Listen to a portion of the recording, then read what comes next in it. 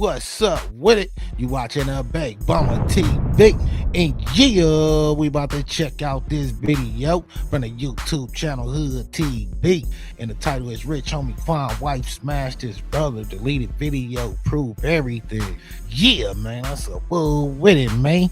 Yeah, I ain't even heard nothing about this situation. Yeah, man, I don't know if they was creeping behind Rich Homie Quan back, you know what I mean? But I will say though, with that leak footage and everything, man, they definitely didn't seem too frantic in the house, you know what I mean? Maybe they was under the influence they self or something. But yeah, man, they energy didn't seem like it was somebody passed in there, you know what I'm saying? It was kind of way too calm, you know what I mean? But yeah, man, whatever the case is, man, rest in peace, Rich Homie Quan, man, for real though. And to be honest, man, after he passed, man, I started appreciating his music a little more after like listening to it. He was a pretty dope artist, man, and I usually don't listen to rappers with like singy vibes and stuff like that, but I think he was like one of the best ones that had like the little singing vibe with it, you know what I mean? And yeah, when it come to Atlanta, I think he had a big influence on the sound, you know what I mean?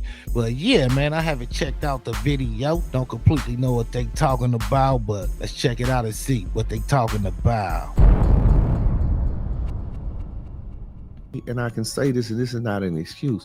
My son never indulged in drugs around me. You got to realize I'm his dad, bro. And I was a disciplinarian. I was strict, structured. So certain things I didn't see. I never saw Quan pop a pill in front of me. I saw him smoke weed. I saw him drink liquor. But certain things I never saw him do. But in my mind, I knew when he was higher than normal, and I would address it with him. I used to tell him, like, hey, man, whatever you going through in life, your ass ain't in a pill bottle or liquor bottle, man. I used to tell him that. A lot of people on the internet is wondering, why did Rich Homie Quan, brother, and his girlfriend respond in the way that they responded? Some people are wondering right now, was Rich Homie Quan set up? Was this a ploy to let him die so that they could cash in on some insurance money? But they're saying it's over an overdose. That's some fake pills, bro. 9 times out of 10, it's probably them fake pills. Like, I don't knock nobody who do what they do, but it's too dangerous to get anything off the streets. The internet going. Man, he ain't lying, man. Like, personally, man, I'm scared of stuff off the streets, man. You know what I mean? Yeah, man, it was a real epidemic out there, man. It's still going on, but I think around the time he passed, it really was like going on. You know what I mean? Yeah, man, I personally know a few people that didn't got something bad on the streets. You know what I mean? Yeah, man, it ain't too far-fetched for it just to be a bad batch or something, man. For real. Crazy right now because some leaked video just exposed Rich Homie Quan's own baby mama getting way too close with somebody nobody expected, his own brother, Andre. Word is, Quan wasn't the only one tasting the goods in Amber Williams' candy shop. And now, those laced pill rumors circling back and starting to make sense. Now, let's rewind to that morning, September 5th, 2024, the day we lost Quan at just 34. And I'm not talking about the oh no, another accidental rapper drug overdose version we were all made to believe. The official story of a lethal combo of fentanyl, codeine, promethazine, and THC. No, this is what really went down, according to insiders, or at least the version the street putting together. There's Quan's brother, Andre. The footage and interviews that dropped show him finding Quan on the kitchen floor with food in his mouth. Instead of calling for help, he moved him to the couch. No checking pulse. No calling for help right away, just lifts him like a rag doll. Now, I don't know about you, but if I saw my brother lying there on the floor, helpless, just like Quan, I'd be panicking, yelling, doing anything to wake him up, not casually tossing him on a couch. And that right here was the first red flag. Yeah, man, that didn't make no sense, man, especially not with like food in his mouth, you know what I mean? Some cases, man, some people do get wasted until they pass out or something, you know what I mean? If that wasn't no regular occurrence, man, you should have been concerned to see him on the floor with like food in his mouth and to just put him on a couch or something, man. That's crazy, man. Did you even take the food out of his mouth? Did he respond to you at all or something, man? I don't know, man. A few hours later, Amber Williams, Quan's baby mama, wakes up around 6:45 a.m., drops the kids off at school, comes back, and takes another look. She sees Quan lying there, chit, foaming at the mouth, not breathing. She calls 911. But here's the kicker. Listen to how she sounds on the call. Calm, measured, like she's ordering a pizza or talking to a delivery rider. No panic, no desperation, no urgency that makes you feel like your life is slipping away in front of you. Sleep on the couch. Since this morning. Well, he never came to bed last night. Sleep on the couch left him on the couch before I took my son to school this morning, put a blanket over him. And now I just checked on him again because he never got up. I don't feel a heartbeat. I don't see him breathing. People online have been dissecting that clip, saying it sounds more like she already knew what had happened and was just running through the motions. One user wrote, "She is so wrong. I can't believe this. She's too calm talking to the operator." Another dude hit hard saying his baby mama lying him. Look at her body language and just the she says from here compared to her police call. And Andre, still no alarm bells. Remember, he found Quan first. He saw him face down, foaming, with food in his mouth, a literal choking hazard. And all he did was move him to the couch. That's it, nothing else.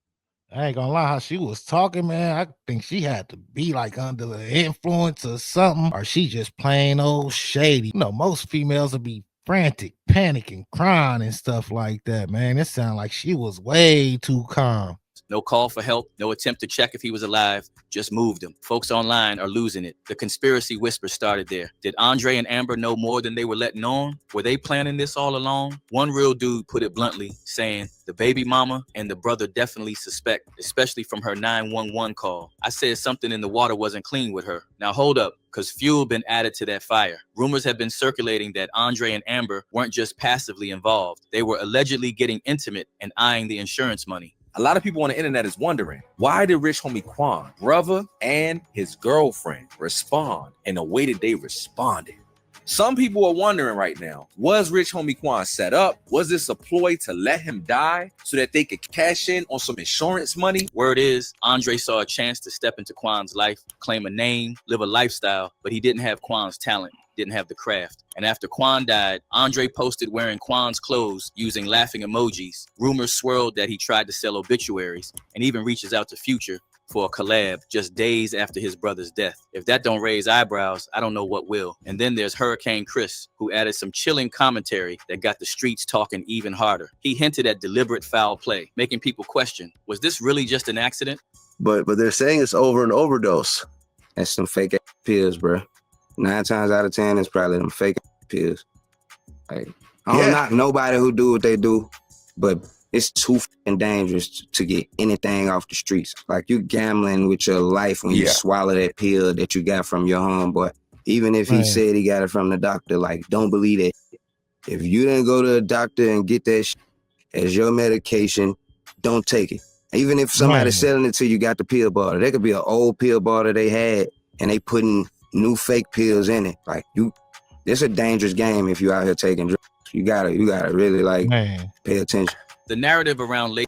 I ain't gonna lie, man. He was spitting straight facts, man. Straight game. Take notes, for real. Pills and overdoses suddenly didn't look so random anymore. People started piecing together timelines, phone calls, and behavior. Of course, in the chaos, the streets threw out the Young Thug did it theory. Some folks claim Quan's death might be connected to him making plans to testify in the YSL case. Word on the street, Quan had a shot to get clean, rebuild, and speak his truth, but someone wanted him silent, quietly, before he could open his mouth. And that, combined with whispers about close family insiders, made the whole situation a labyrinth of suspicion. Don't forget the old YSL barbershop incident involving Quan's father getting shot in Atlanta. That event alone added tension to the story, showing that Quan's family had enemies and he had a father figure that people wanted out of the picture. And industry jealousy? Oh, it was alive and well. The streets saying some folks were salty because Quan had a father figure in his life and wasn't just another wild rapper burning out on the streets. Folks online were loud about it, hinting that the industry had its hand in shaping events around him. One dude wrote, his brother and baby mama were in cahoots with Thug. When Thug phone calls from prison were released, they confirmed everything about him that I already felt. He was definitely a snake. I believe he wanted to be Quan. He wanted his life. Another said, the brother and baby mama then Thug. I don't trust any one of them. Thug came out of jail right after Quan's death, but the Young Thug angle slowly fizzled out. Why? Because digging deeper, insiders confirmed he respected Quan. Thug went cold in court when he heard the news of Quan's death, showing real brother-level pain. That story, that brotherhood, made it clear he had nothing to gain from taking Quan out.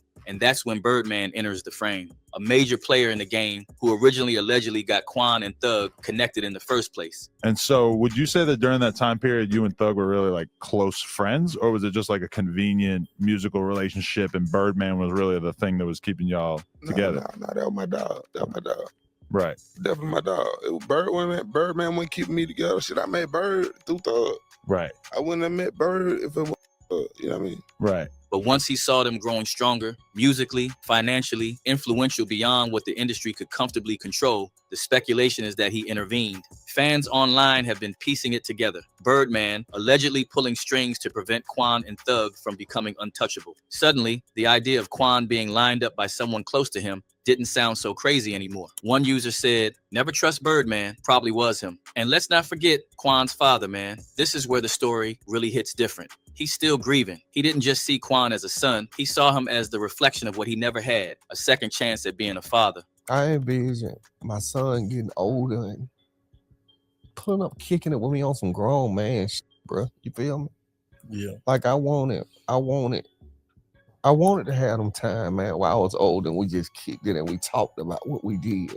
Quan confided in him, shared highs and lows, and leaned on him for guidance. So when he got news of the overdose, it didn't add up. Quan's dad knew his son wasn't into pills the way they were saying. Sure, smoking and drinking, but the lethal cocktail reported didn't fit. That's when foul play entered the conversation. And I can say this, and this is not an excuse.